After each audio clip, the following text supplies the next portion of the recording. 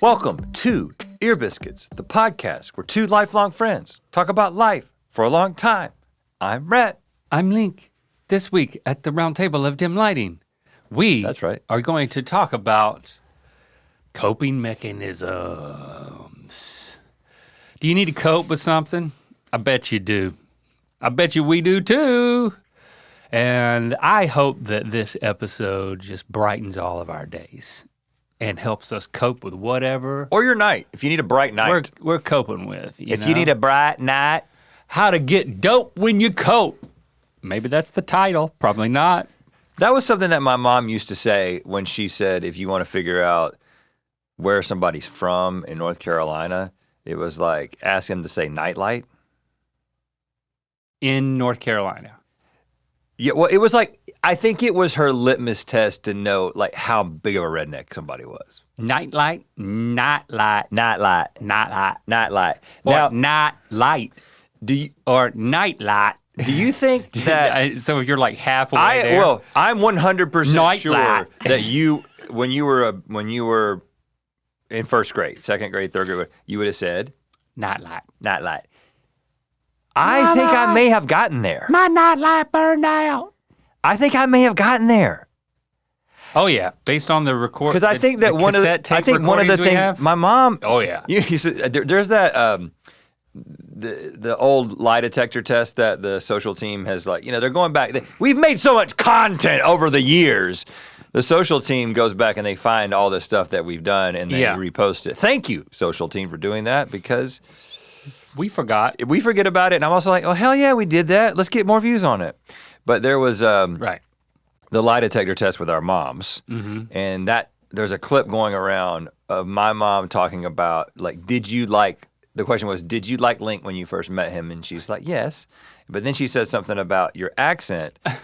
and she says, She would make fun of it. No, I don't have an accent. Now my mom is actually funny. She has a sense of humor. She knows that she has an accent, especially to you people on the internet. Yeah. But she did think at the time that the accent that she was bringing was much more sophisticated than what she was hearing come out of your mouth. Just to give you Sophisticated? And I think we had been in California, and Cole and I were in that formative time where you're like 4 or 5 years old, you're going to school, and all of a sudden my parents saw their two children beginning to talk like they lived in Southern California.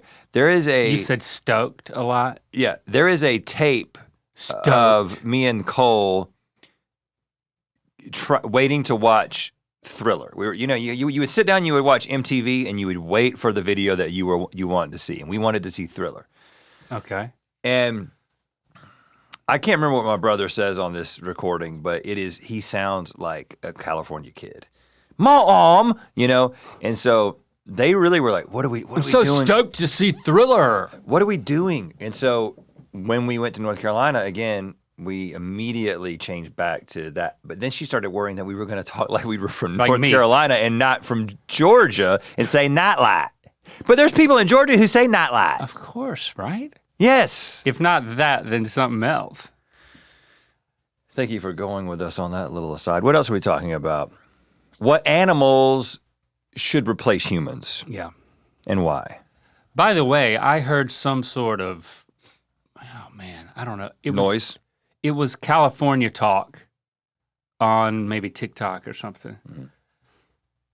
I wish I could remember what it was. But the guy used stoked as a noun. Okay. Now I'm stoked. I found stoked. No, I found stoked in my wallet. This is going to be such a good stoke. Oh, I need some stoke. This is going to be a good stoke. Yeah, I like that. It's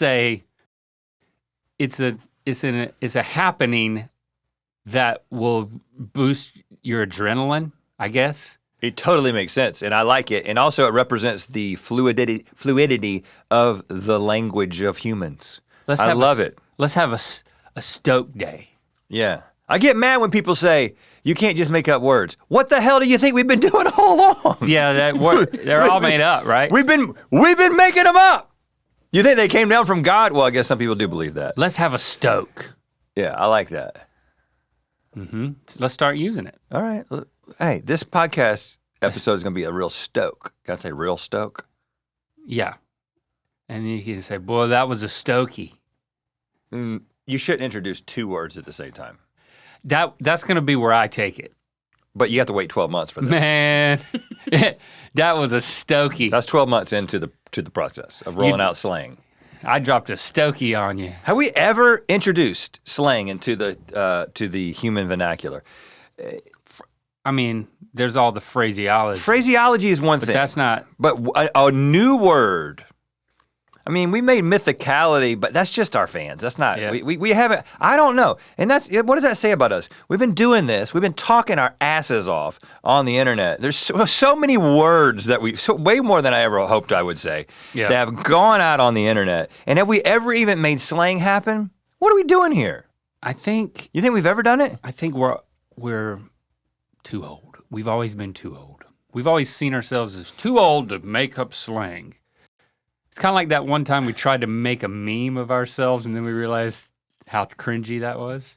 What are you talking about?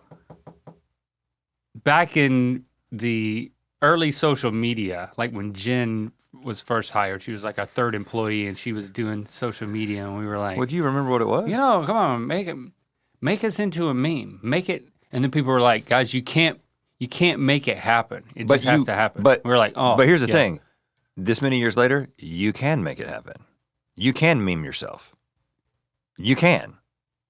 What, you mean like literally have a picture with text on it? Yeah, we do that all the time. Of us. Yeah. But somebody's doing it. Yeah, okay, yes, but we couldn't then. Yeah, you couldn't in the early meme days. What a stoke it would be if we would come up with new slang. Well, we took a pause there, didn't come up with anything. Yeah.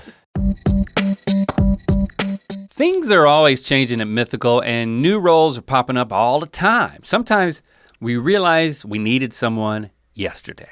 And when it comes to hiring, Indeed is all you need. Stop struggling to get your job post seen on other job sites. Indeed's sponsored jobs help you stand out and hire fast. With sponsored jobs, your post jumps to the top of the page for your relevant candidates so you can reach the people you want faster. And it makes a huge difference. According to Indeed data, sponsored jobs posted directly on Indeed have 45% more applications than non-sponsored jobs. It's no shock that we get a lot of applications when we're hiring, and reading through all of them can take a while. With Indeed, you get the top candidates, so you know that you'll be choosing from qualified applicants. Plus, with Indeed sponsored jobs, there are no monthly subscriptions, no long-term contracts, and you only pay for results. How fast is Indeed? In the minute we've been talking to you, 23 hires were made on Indeed, not by us, just right. According to Indeed data worldwide. There's no need to wait any longer. Speed up your hiring right now with Indeed. You can get a $75 sponsored job credit to get your jobs more visibility at Indeed.com/ears. Just go to Indeed.com/ears with an S right now and support our show by saying you heard about Indeed on this podcast. Indeed.com/ears. Terms and conditions apply. Hiring, Indeed is all you need. Didn't come up with anything, so. Let's hear a real question. Boobaloobaloobies? Yeah. Hi, Rhett Link. I have a question. So I had a boyfriend back in 2019, and we dated for 2 years. We broke up, and we have been able to maintain a very close, completely platonic friendship ever since. As a matter of fact, we're roommates now. Like I said, completely platonic, very close friends. But none of my other friends or family can seem to understand how we were able to maintain a friendship after breaking up. So I guess my question is, how do you think people can maintain a friendship after breaking up?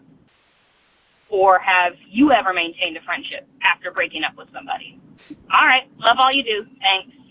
We're so old. The last breakup we had was, we were little babies. Okay, I mean, that doesn't even apply. But we always felt like you couldn't really be friends with somebody. But, of course, maybe I did that in high school. Oh, I dated, I did that. We had our friend group. It was small, so you kind of dated around, and then you were friends afterward. that was middle school and high school. Both. But sounds like you're older than that. And it just seems like, go like that. I keep seeing something on your mustache. Oh, you got it. It was just my coffee. I didn't know. I wasn't. My mustache. I didn't know that it was food. So the fact that you just ate it. It's not. It's drink. Is a risk. It's drink. It's not food. Well, it looked. Is solid. all drink food? It looked solid. Yeah, well, eventually it would have been. It's got milk in it. It would have turned into a milk solid. You got it. A milk solid. But I mean, it could have just been a dust bunny, dude. What the hell do you think I'm doing? Sweeping the ground with my face? I don't have dust bunnies on my beard. I got food bunnies. Sometimes when you get out of your truck, I'll say it's a truck.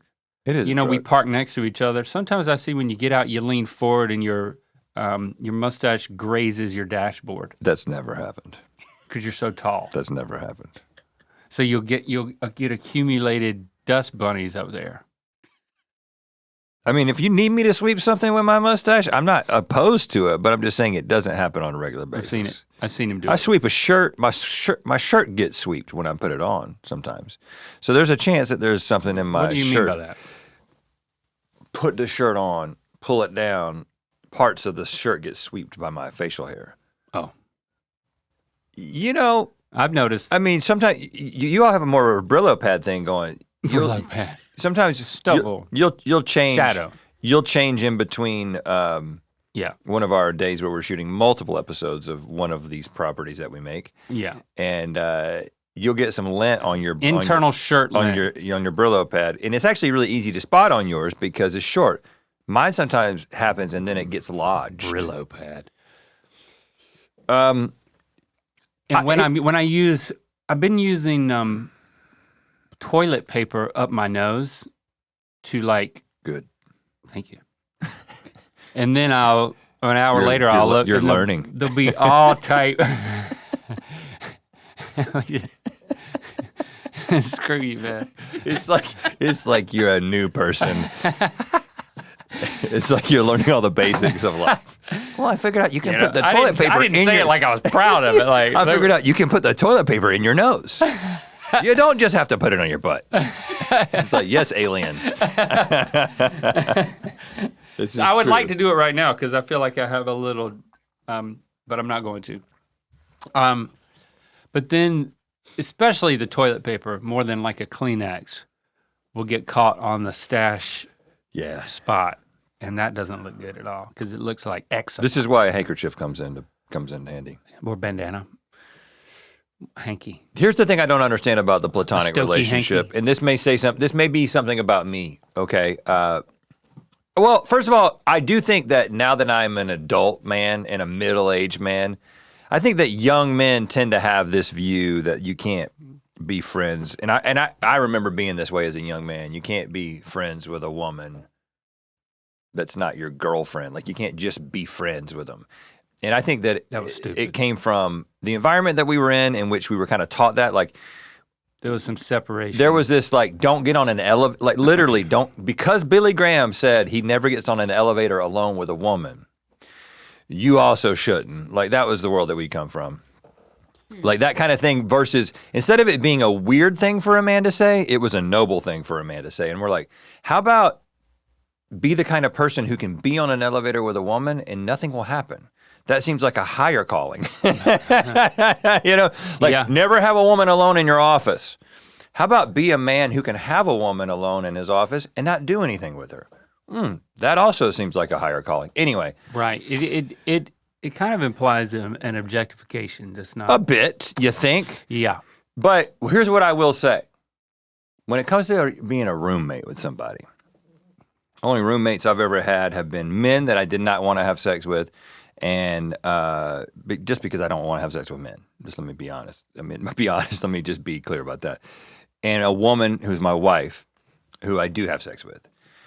Yes. I think, the first thing I think when I think of a platonic female roommate that I once was in a romantic relationship with and ostensibly was attracted to at some point and probably can be attracted to at another time. Is your mom. I just think, and especially, like, not my mom, I just think that, especially in the pandemic days, you're sitting there, it's late at night, you're depressed, you're horny, and you're both in this apartment together. I just think if the person was willing, we'd end up dealing. That's friends and with benefits. I think it would be difficult for me. I'm just gonna be honest about myself. It would be difficult for that not to be a friends with benefits situation. I've never been in this situation. I've never been on an elevator alone with a woman. I've never had a woman in my office alone because of, yes, I have. But I'm talking about somebody that you literally dated you already had sex with. You know what? I had a friends with benefits thing for a little bit. Tell me more about that. In that circle of friends, there was one friend that I started dating.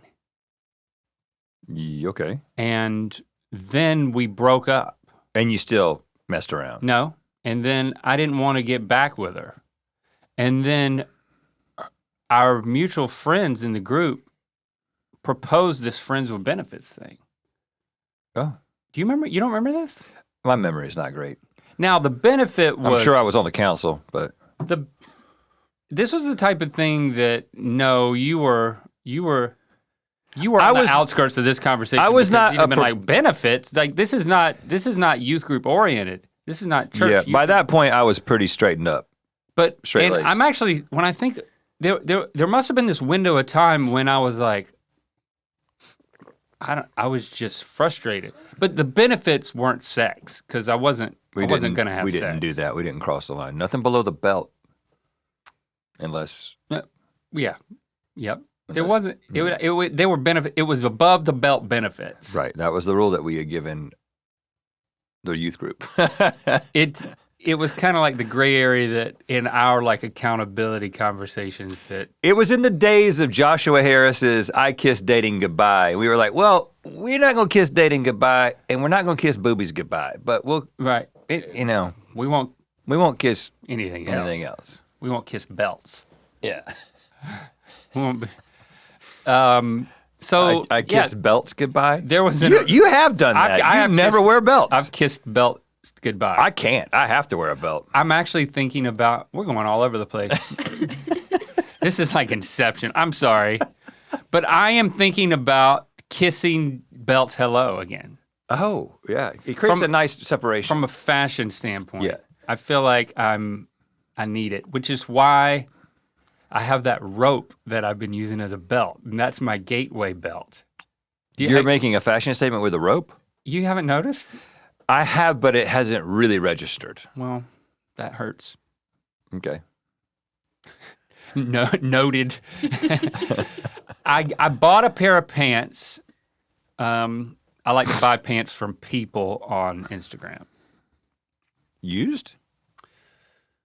Yeah. Other people's pants? Oh, yeah. Vintage pants is what they're called, not other people's pants. OPP.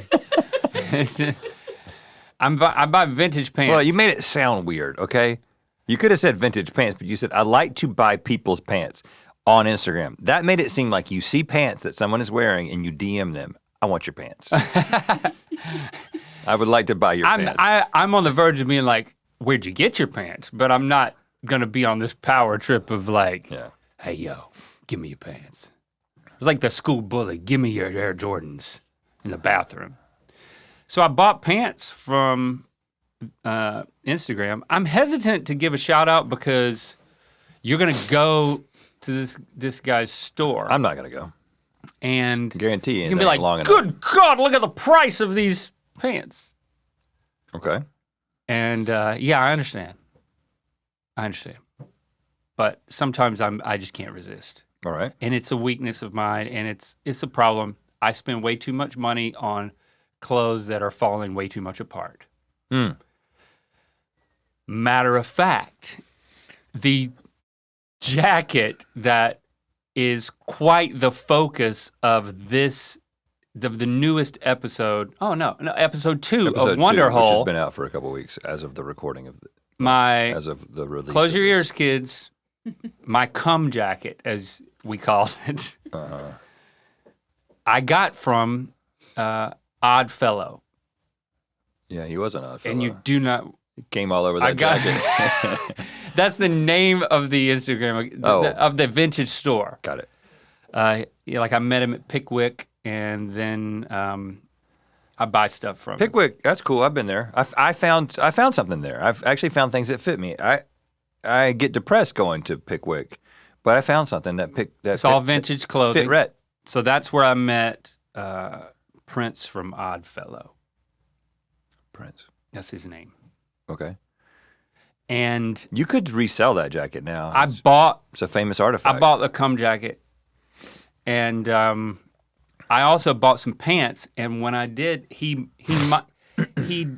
styles the pants with a rope belt. So when he shipped me the pants, he shipped me a rope belt, and I'm like, okay. Oh, so you didn't? It wasn't a purchase. It wasn't an active purchase. It wasn't an active purchase, and so now I realize that the belt, albeit just a rope, really breaks up the midsection. It's nice. It gives you a little accoutrement. And if I don't watch out, I might start wearing necklaces. Okay. Nope. I'm not asking for your opinion. Okay. Where were we going with this, though? Hold on. We can the inception back out of this. Friends with benefits. I was talking about wearing a belt because... Nothing below the belt. Nothing below the belt. Yeah. Because it was a proposition that, like, listen, she wants to get back together, and I'm like, I don't want to get back together. It was like, what about friends with above the belt benefits? And I'm like, I'm sure I didn't talk to you about this. Because I remember going to a party. Was this junior year, though? Might have been junior year. Because junior year, I was in a above the belt relationship. Oh, you were? Even though maybe that's what I was frustrated that you were getting above the belt action and I wasn't getting any. We were in a Christian band, but we were like, listen, God. I mean, everyone else that we did pray. Everyone else that we know is drinking a whole lot.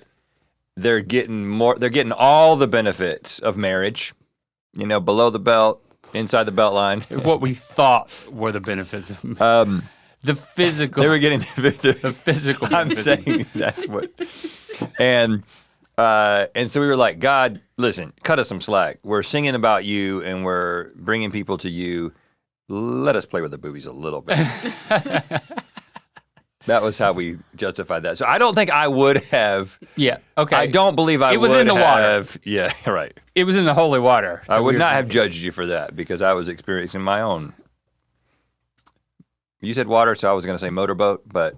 I went to, so. I don't think I've ever actually done that. There was an arrangement. Even though we were friends and we had dated, this was an arrangement made between our mutual friends in the group that there would be friends with above the belt benefits. Why did you subject yourself to the friendship council? Because they arranged it. That's how it was brought to me. Yeah, but you're a person. Exactly. With rights. Why didn't I talk? You mean why didn't I just talk to her and come up with the arrangement? Yes. It was because I was so timid about all this shit. Yeah, that's true. So, and yeah, I'm a freaking junior in high school. And so I'm like, yes, I'll go for this. Okay, so then what happened? I actually think it might have been below the friends with benefits ... Because I remember I started getting, whenever our friend, I'm only going to use initiatives. Initiatives, yes. This is the friendship initiative. Initials. I'm only going to use it. Crap, I can't remember his last name. His name started with a J.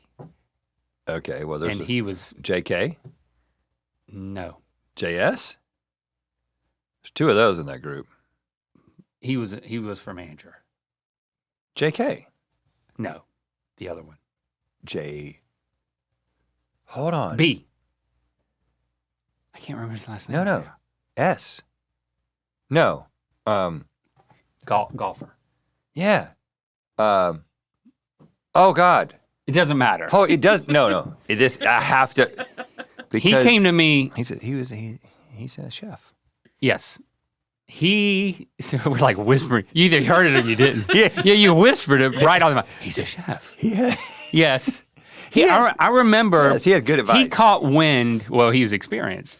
He caught wind of this agreement that I had through mutual friends for friends with benefits with my ex-girlfriend, who's now just a friend.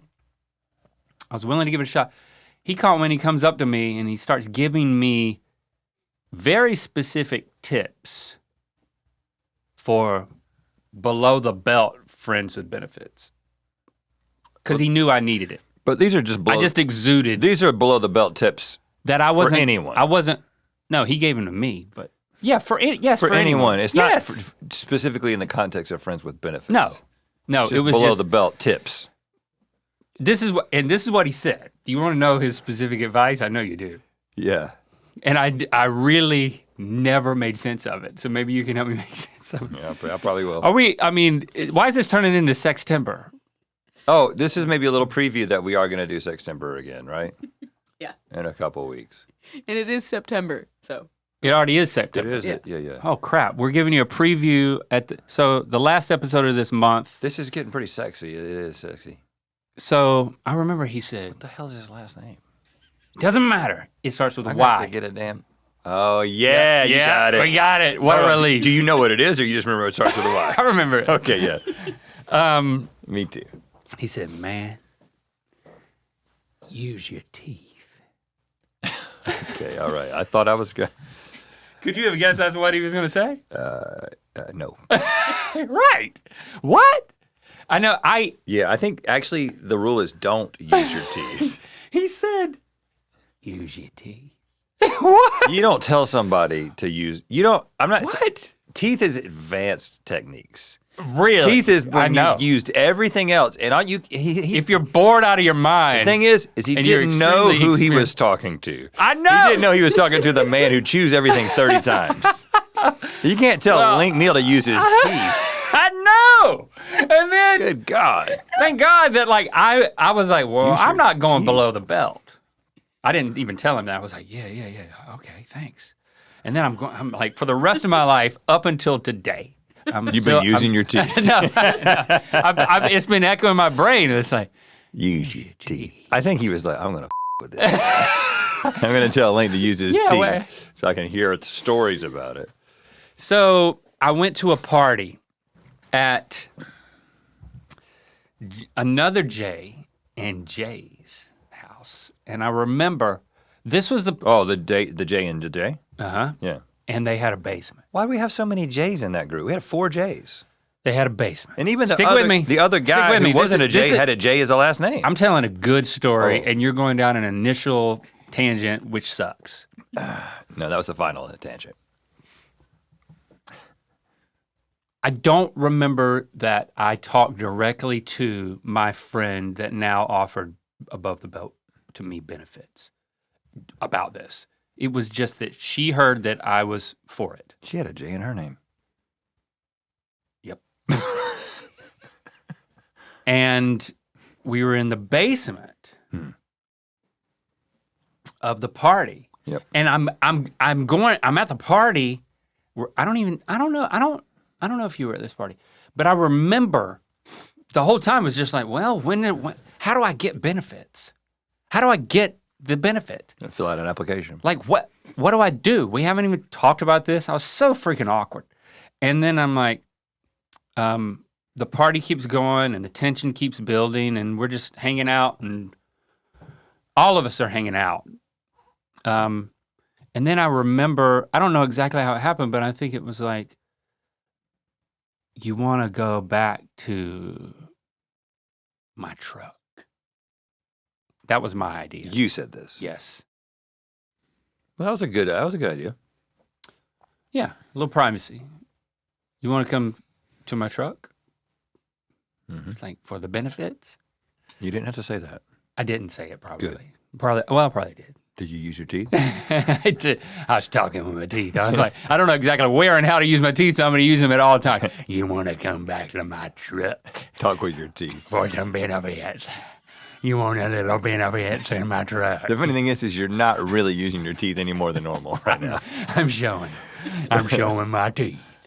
and when I'm talking about. You're really using your lips. If you're using your teeth, the teeth would be tapping What I each do? other. You want to go? They need to be tapping when you talk. Tap your teeth when you talk. There you go. That's That's using your teeth. Yeah, that's it. So Well done. We went on my truck, And and it's a small truck. yeah, it is. I got into it last year Before it destroyed it. before you talked me into crushing it.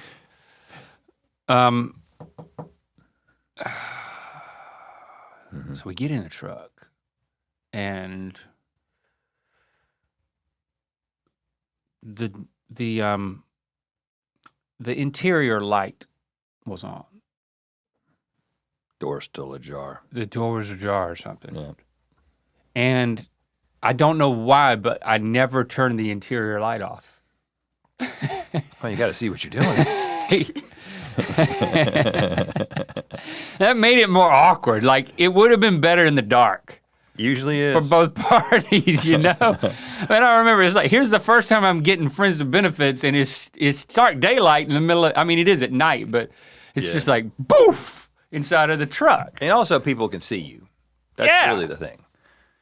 I mean, we were laying down as much as we could. You can't fully lay down in that. You truck. couldn't fully lay down. No. Your knees were up. And I got some benefits, and I can tell you more about that later, Okay. privately. I remember some details that I'm not going to talk about publicly. That's good because I feel like we've said enough. I feel like with all the initials that have been thrown out, somebody can like throw them into AI and figure out who we're talking about. And then, well, don't invite it. And then what I ended up doing was never ever. I think it was the guilt. I'm sure it was the guilt. I never went. You never did it again. I never went for benefits again. Interesting. But I did use my teeth a little bit. Yeah. But above the belt. Above the belt. Yeah. Which, by the way, I do recommend that. That could work. Yeah. That could work. I do recommend that. Yeah. So there it is. Okay. I forgot that I ever did that, and I didn't mean to ever talk about it publicly. But here we I'm are. glad you did. I never really had a similar situation, so I think we should move to the next question because we really took that one for a ride. Okay. Hi guys, my name is Caitlin. I'm from Virginia, and I want to go into psychology. I'm a psychology major right now, and we're learning about coping mechanisms. Like, I just finished up my last semester, and we mainly focused on coping mechanisms in one of my classes, and I'm really curious what you guys' coping mechanisms are. For me, it's like journaling, yoga, and like tapping. It's called EFT tapping. I don't know, Rhett, I feel like you would kind of be into this, maybe? But yeah, it's really interesting. You just like tap different points for different like types of relief, I guess. I don't know. I tap my forehead a lot. That's what my professor taught me. I don't know. But curious to hear what you guys have to say. Love you guys so much. Bye. Big love to VA. You tap your forehead too much in the same place, you're going to get zits there. That's the first Also, thing it's a I form think of torture.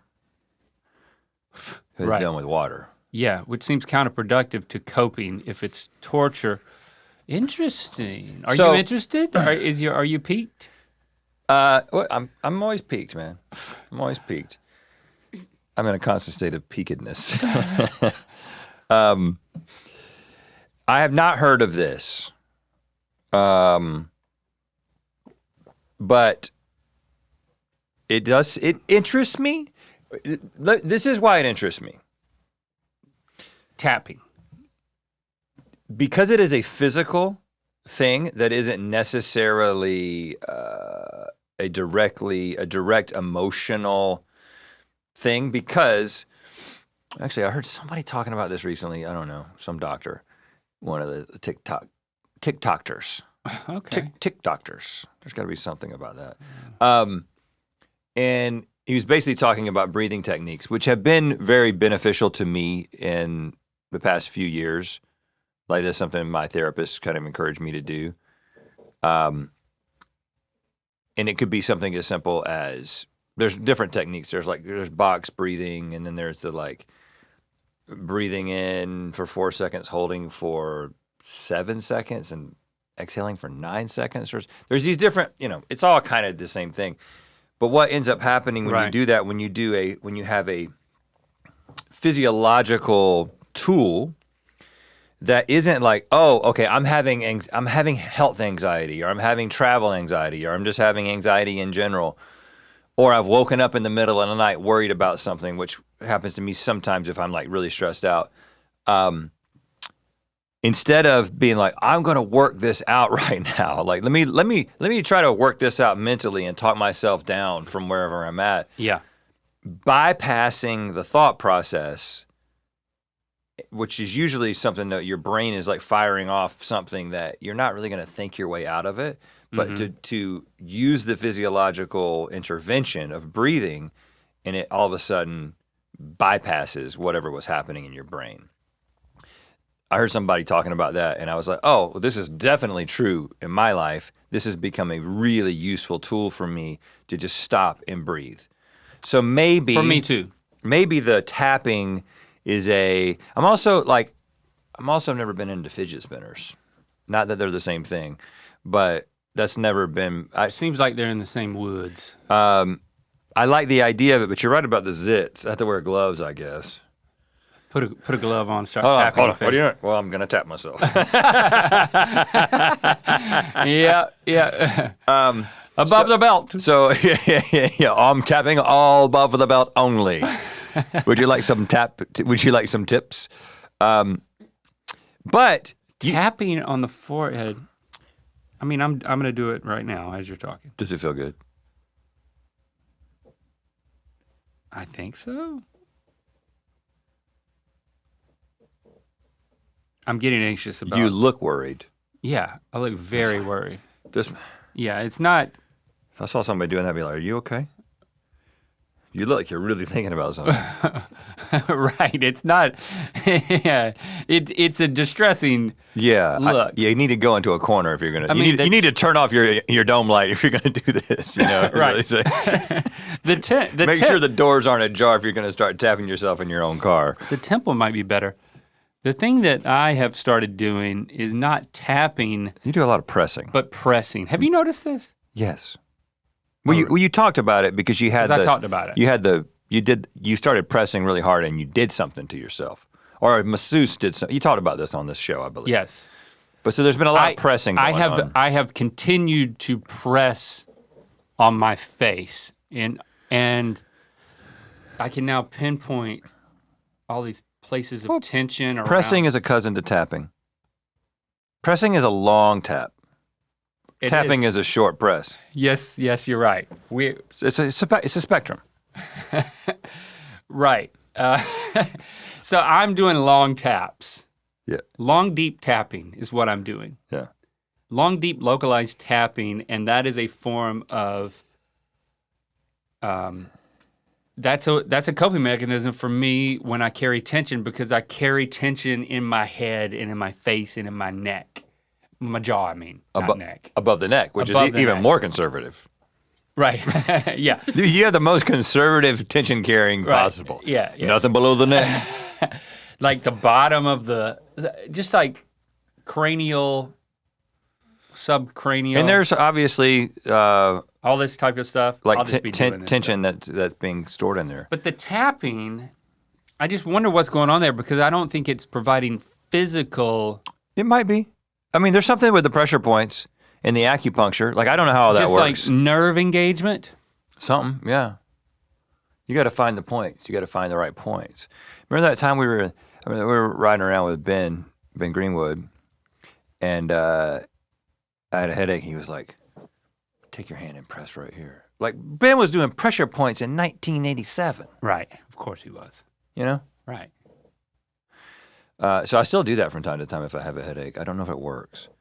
The thing I am maybe more interested in what she said, was whatever journaling yoga is. I think those are two things in a list. Yeah. So no, but speaking of journaling, you can write and stretch at the same time. Or there's goat yoga. So right. Journaling, as you know, maybe to an annoying degree at this point because I've been talking with you a lot about it. It is. I wouldn't say I'm annoyed yet, but I'm saying that it's mounting. Yeah, and I actually have like I'm not going to get into talking about. I will at some point, in some place, if I haven't already, talk once I kind of finally get to like whatever my like. You're not ready to talk about where it settles. Your pins publicly yet. Oh, I've talked about pins on a Good Mythical more. I don't know when that's coming out, but like I'm into pins and note taking and notebooks and all that, right?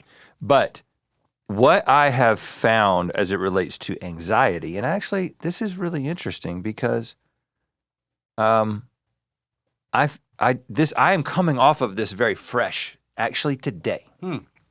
This is something that you will be able to relate to. Because, you know, me and you face challenges together. We do face interpersonal challenges that we work through. I'm talking about something that me and you are facing together right now, a challenge that we are facing together. Yes, sir. Yes, that is something that we're talking about. Yeah. And don't worry, everything's gonna be fine. We're always facing something. But sometimes the intensity of the thing that we are facing ramps up to a place where it begins to affect my sleep. And 3 nights ago, I woke up at like 1:30 a.m., wide awake, and it was all I could think about, and I started trying to work it out in my mind. Mm-hmm. And I was like, shit, I'm not gonna be able to go back to sleep. And so I just picked up my book, my e-reader, and just started reading, and then eventually I got tired again and went back to sleep.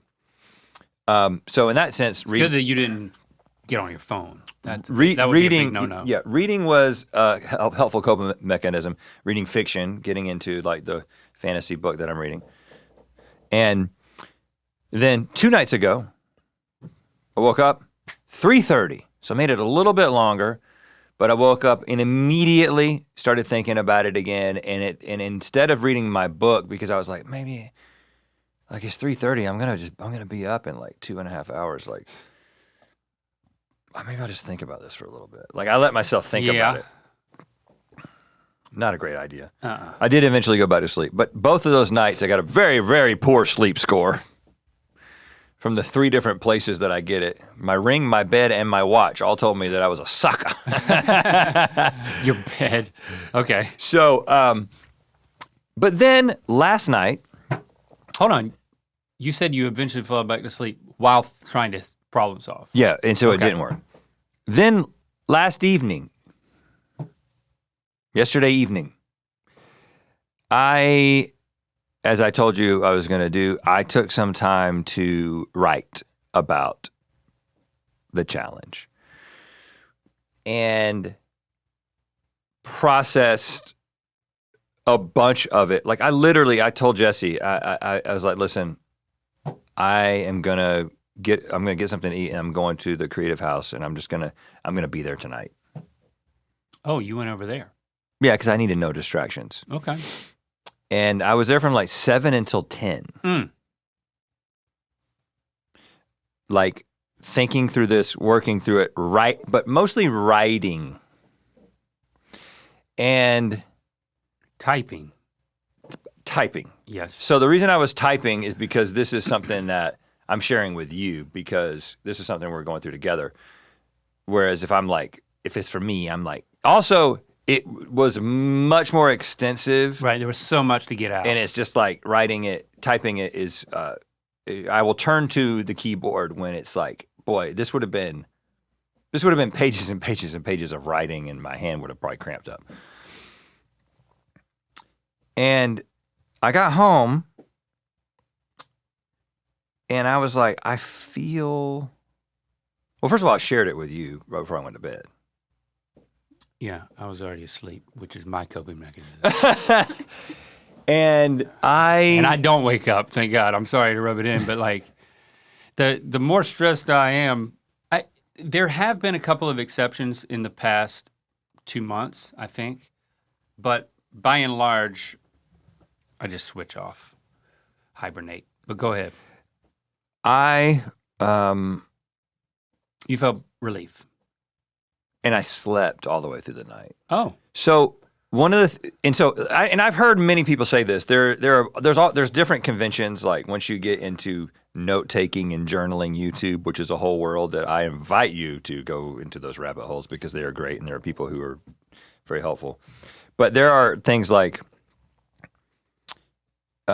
basically just right before you go to bed, writing what you're feeling, like in like writing which is, if you're like me, what you're feeling when you get ready to go to bed is like you're worrying about things. You know what I'm saying?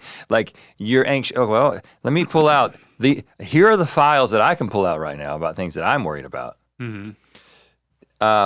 And you pull them out, and they will present themselves. You usually don't have to pull them out and be like, oh, I'm actually okay. I'm worried about that, and this is how I'm feeling about that. I'm just going to write that, and like the act of processing that in written form and having to actually acknowledge it, put it out take it out of your mind, put it onto paper or a keyboard or whatever, and also put the way you're feeling about it.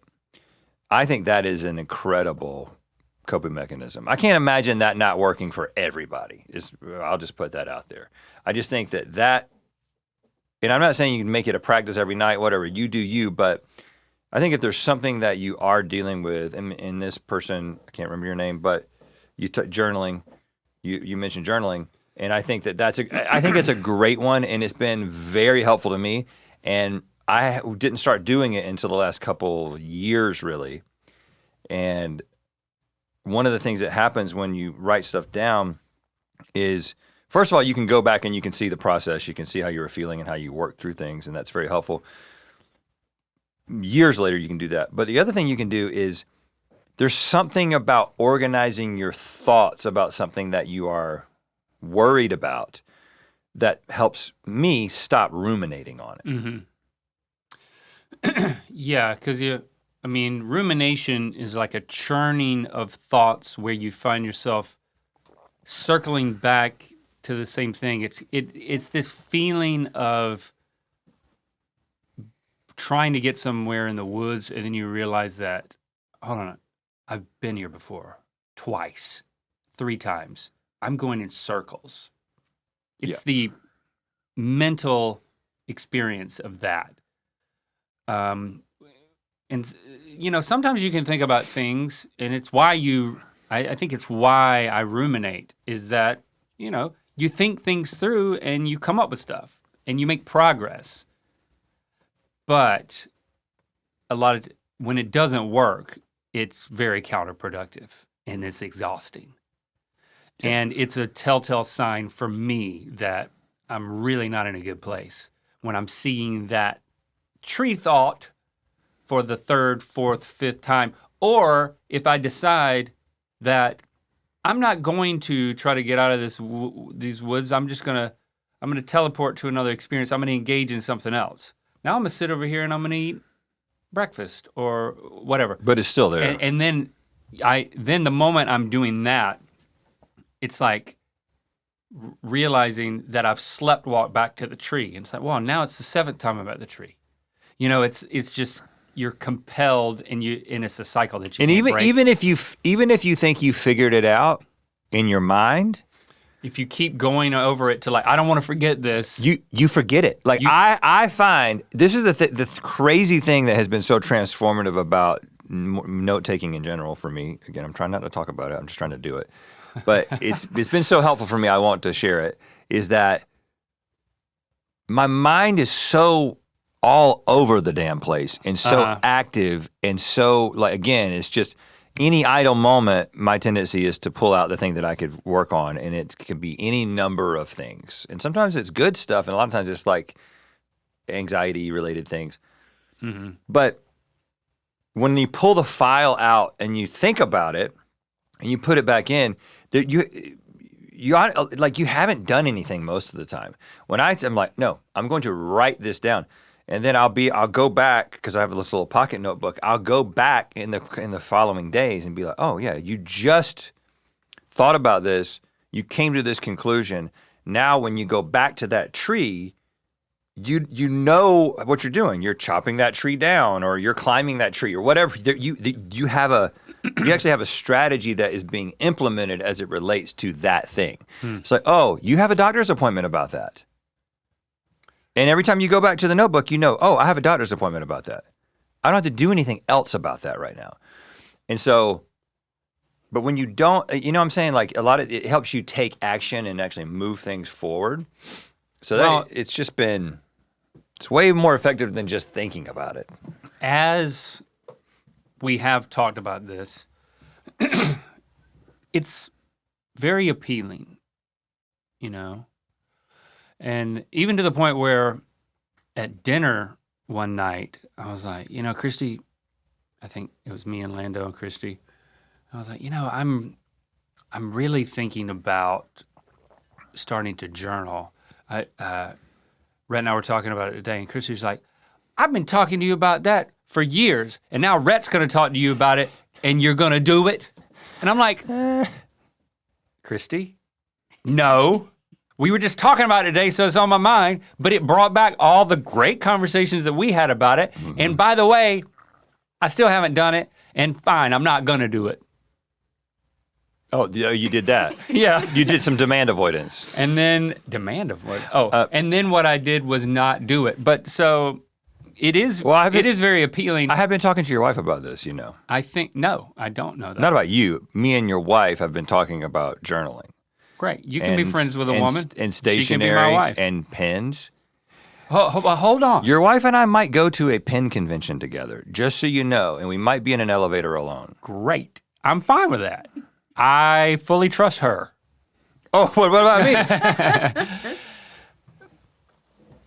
But so let's talk about the mechanics of how difficult it is for me to give this a shot. And I'm just gonna throw out why I haven't done it, even though I thought I decided I was gonna do it. But then I haven't. Here's what I've thought. And I don't know if, I'm curious if you had, like what motivated you to start. But we're so different in this way.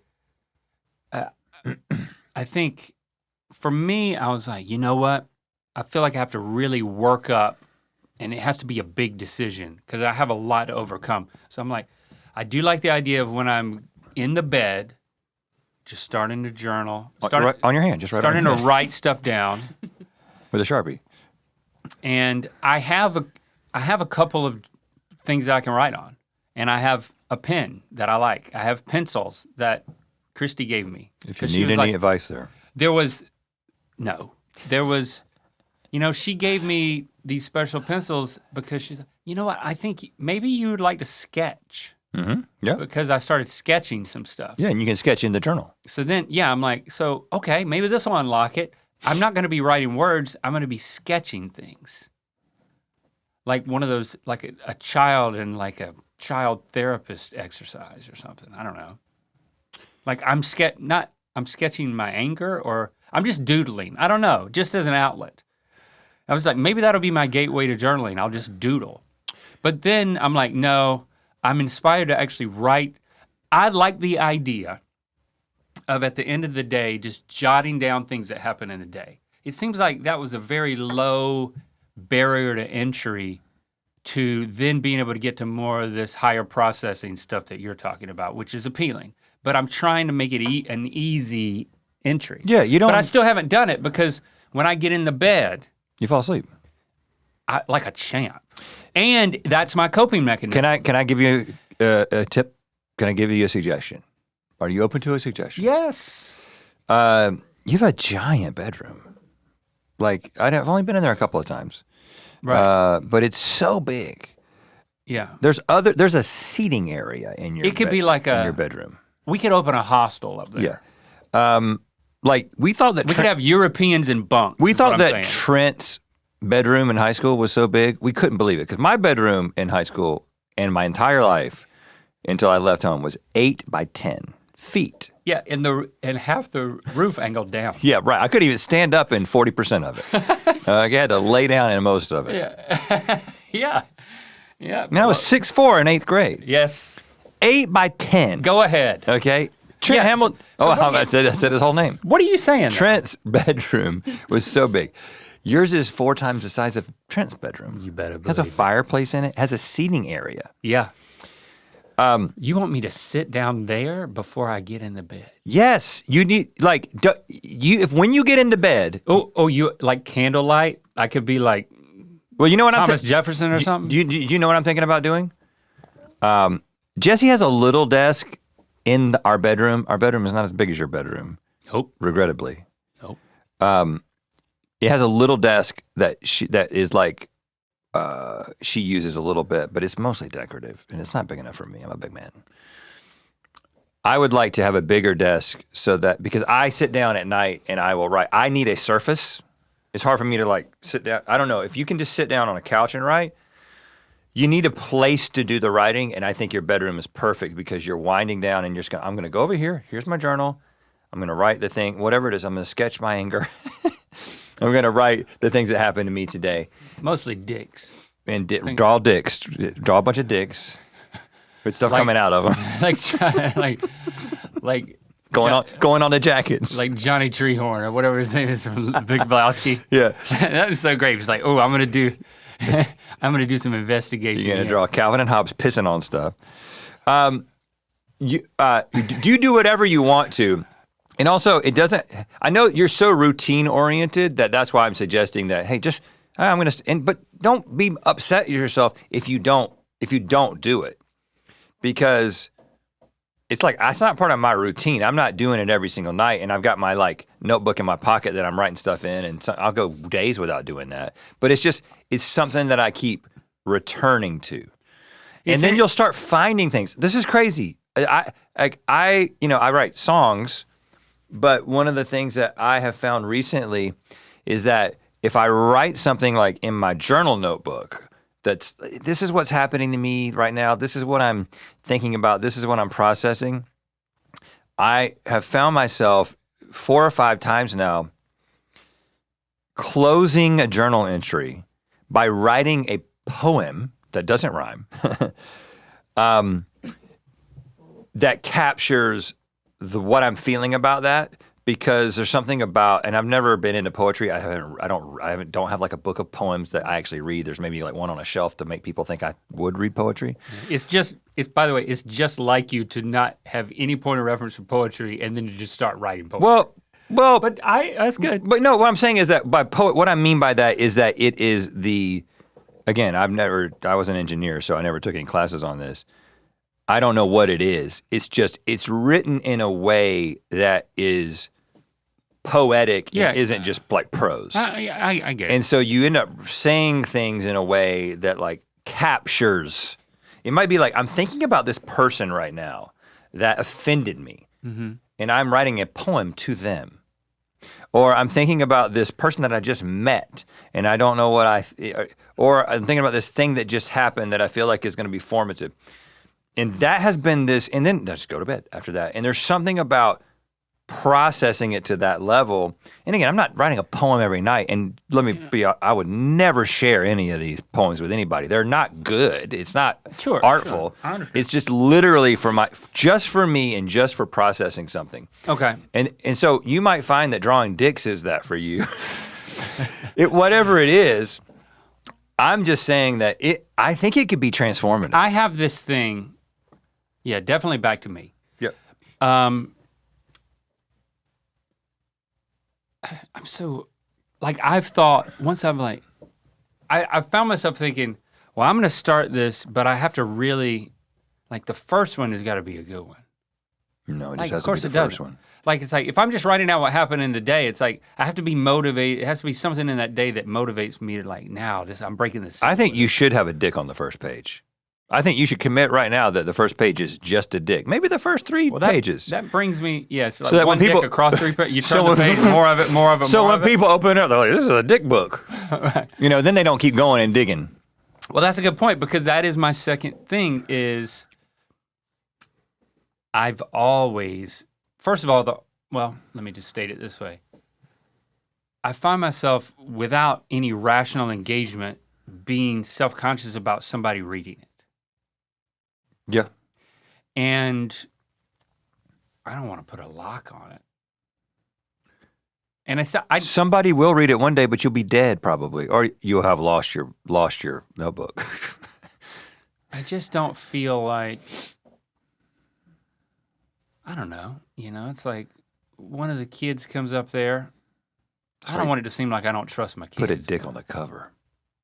They'll never open that. So the first 3 pages are just one long dick, and then after that, everyone's repulsed. I love how it's just a long dick. I love how it's just one long dick that goes across 2 pages and then wraps around the 3rd page. Yeah. Then people are going to be like, well, I got to follow this dick. No, you don't want to do that. How long does the dick go? Dick is contained to a page. And, Okay. and lots of little dicks, too. There's a big dick page. There's a little dick page. There's all kinds. It's whatever you want it to be. The dick page is by Link, Neil. I think those are really my only hang-ups. You can't, yeah. Oh, here's another one. I'm not good at drawing dicks. I don't know how to do it, really. I very rarely have done it, if ever. But it feels like it'd be easy. I mean, I got one. Yeah, I could draw my own dick.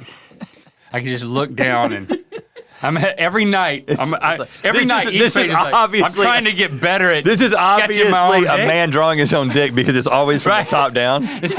Right. Yeah, it looks like, well, that's the edge of the desk. I see a little bit, a belly button right above it. What's going on there? All right, so that's what I'm doing. I'm so excited now. I see the beginning of 2 thighs. You can't be worried about people reading it. Yeah, I can't. And also, what the hell, who cares? Like, if they do read it, if people read what I have written. Yeah. I don't, it's not that. Think about the stuff we talk about on this podcast. I mean, like, I don't know. It's not that I want to keep something from Christy, but I don't want her to read it. Okay. I mean, you don't want Jesse to read it, right? Your journal, do you? No, but if she did, it wouldn't be the end of the world. I will say, when I have something to write about that is literally like, I don't want anyone to ever read what I'm writing right now, I do that as a locked note on my computer. There's a few of those, like about the crimes that I've committed that I'll never tell anybody about. I'm intrigued. No, there is actually nothing that I'm thinking about writing down. It's just the idea of privacy. Mm-hmm. I think that it has nothing to do with secrets or trust. That has nothing to do with it. I think it's just like the freedom. Like if you're in a space completely alone and you just want to talk out loud. Well, if you really want, if you're that concerned about it, and a lot of people are, they just use their computer. They just use their computer. Now, I don't think it has the same effect. But I don't want to do that. But I think it's way better than doing nothing. Journaling on a computer is way better. I don't like computers. You don't even use a laptop anymore. You've been writing emails and notes and stuff just on a phone, and I don't understand how you are getting by. I'm done with that. I'm starting to dictate, but when nobody's around. So now I have to go to secret soundproof places to just say a little something into my phone. Okay. So, yeah, I just think you got to get over those things. Draw a couple of dicks and get over it. I don't know that you fully unlocked it for me, but I'll do. Or just get a lock. Get a pretty little fuzzy little lock on your diary. Link stick diary. Let's answer this last question about animals. Hey, Rhett. Hey, Link. Long-time listener and viewer. Just got a question for you guys. If human beings were to disappear off the face of the earth tomorrow, what animal would you like to see take our place? Now, they have access to all our technology. That stays around. Yeah, that's it. Thanks, guys. Bye. I have a strong perspective on this. Okay. What I believe to be well-reasoned. This jogs a memory for me. I have to look something up. And I'm a bit adamant about this. Okay. And I also believe that this is entirely possible when we go extinct. Okay, I'm gonna listen to you. it should not be another mammalian species. Mm-hmm. We have proven that we don't have what it takes. We're too hairy. We got too much milk. Well, the milk and the meat and the hair are maybe part of it, but we are actively proving right now that we do not have what it takes to sustain ourselves. I mean, I don't know. We're tanking it. I try to be optimistic, but seems like we're tanking. God, it's hard to be optimistic right now. Like, yeah. Literally this morning. Okay. Yeah. Literally this morning. And when I watch YouTube videos basically every morning while I work out and stretch and whatnot. And it's mostly like very middle-aged man videos. Lately, a lot about notebooks. Okay. Or some theological debate. But I also tap into the world of, the latest in the AI stuff. And it's just like literally the title and the thumbnails now are just we're like that's what is in the we're in two different channels. Can you click on this stuff too? I clicked on one and then I didn't click on the other and I didn't keep watching the first one. But if I'm gonna click on that, it better be porn. It's different. Because if you just click on two people who just that's not as fun. We just and now we're smoking a cigarette. But we have proven that something about the nature of our evolution and our individualism and our tribalism has gotten in the way of us being able to sustain ourselves beyond what's happening right now. And it certainly seems like we're destroying the world. We are completely divided, whatever. Maybe it's gonna be a utopia and we're gonna get through the other side, but it certainly seems like we're just gonna destroy ourselves. And most of the people who are like experts in this and, understand human history and anthropology are like, 1,000 years from now, the chances that we are still around in any way, shape, or form like we are, it's just very, very low. So birds. No. So insects. Fish. Insects. Without a doubt. Now, first of all, insects, that's kind of broad. Maybe you just say ants. Well, that's my answer. I'm not gonna commit to what species it should be or could be or will be. But here's the thing, here's the advantage that they have over us, is that they have evolved to be a social species in a way that we're technically more social, right? In terms of the prefrontal cortex and all this stuff and the way that we connect with each other on a deeply human level. Yeah, but you're talking about cooperation. The level of cooperation, the fact that ants, as an example, can make a damn raft. They will turn into something that has a collective benefit and they will just do it and they will sacrifice themselves. We see self-sacrifice as this incredible virtue that is so rare that if somebody does it, we like invent a religion around them. It's a rarity. It's not actually the norm. And so I think that the only thing that's going to survive long term is going to be something where, and again, I'm not trying to make a political statement about this, but I just think that something where the collective is actually valued and us as a species is the thing, like our connection with each other and the connection with the earth. Somebody's got to value that to a degree that it's just not about what I can get and how I can take mine and keep mine. And like that's what got us to this place, and that's what's going to cause us to fall apart. So it's got to be a species that is more interdependent than we are. And I think all mammals will inevitably evolve to a place where they get too individualistic. That's my theory. Like, because I would say dolphins, they don't have thumbs; they're stuck in the water. And you know what? Everybody thinks they're so great and they're so sweet, but you ever seen what some of these horny dolphins will try to do to a human woman? They do. I haven't seen it. They do not ask for consent. So they might be way more intelligent than we understand, but I think dolphins can be assholes. Whales are my favorite animal. I think they can be assholes. My answer is ants. Okay.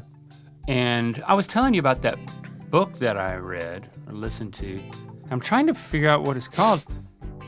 And the one that's coming up is called Of Ants and Dinosaurs, but that's not what it was called. But this is,